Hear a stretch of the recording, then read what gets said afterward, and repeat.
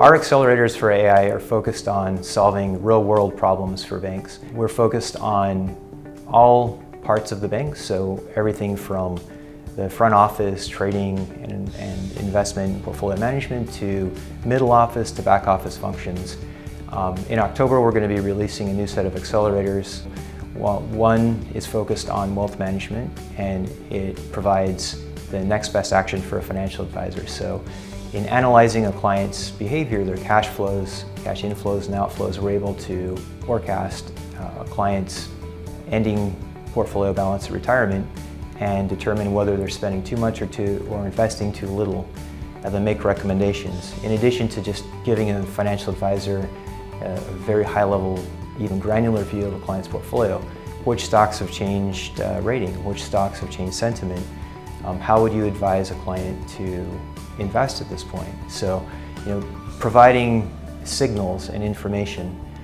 We've also created what we call visual research, which is an automated research report. So sell-side analysts spend a tremendous amount of time and effort reading and collecting data from numerous data sources, reading through financial statements, reading through SEC filings, looking at news releases.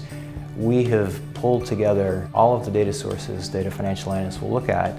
We've built multiple neural networks that essentially replicate the thought process and the analytical process of a research analyst, and have produced a research report. So this is meant to supplement the work of a research analyst who maybe can cover more industries now because they've got a lot of this research provided for them. It can enable them to do deeper analysis or to get insights that they wouldn't normally get because we've looked through tens of thousands of data points across the company, and we found either anomalous behavior or we found a relationship between the ultimate valuation of a company and the underlying drivers like fundamental financial ratios, news sentiment, industry sentiment.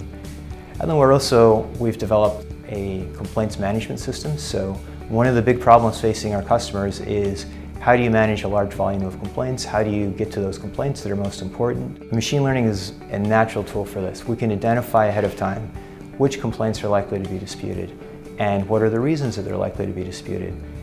Immediately a bank's able to go and allocate their work. So this is not meant to replace people, this is meant to make their jobs easier so that their daily workflow is addressing those highest priority complaints, those ones most likely to be disputed, and making that process very easy for a bank to manage.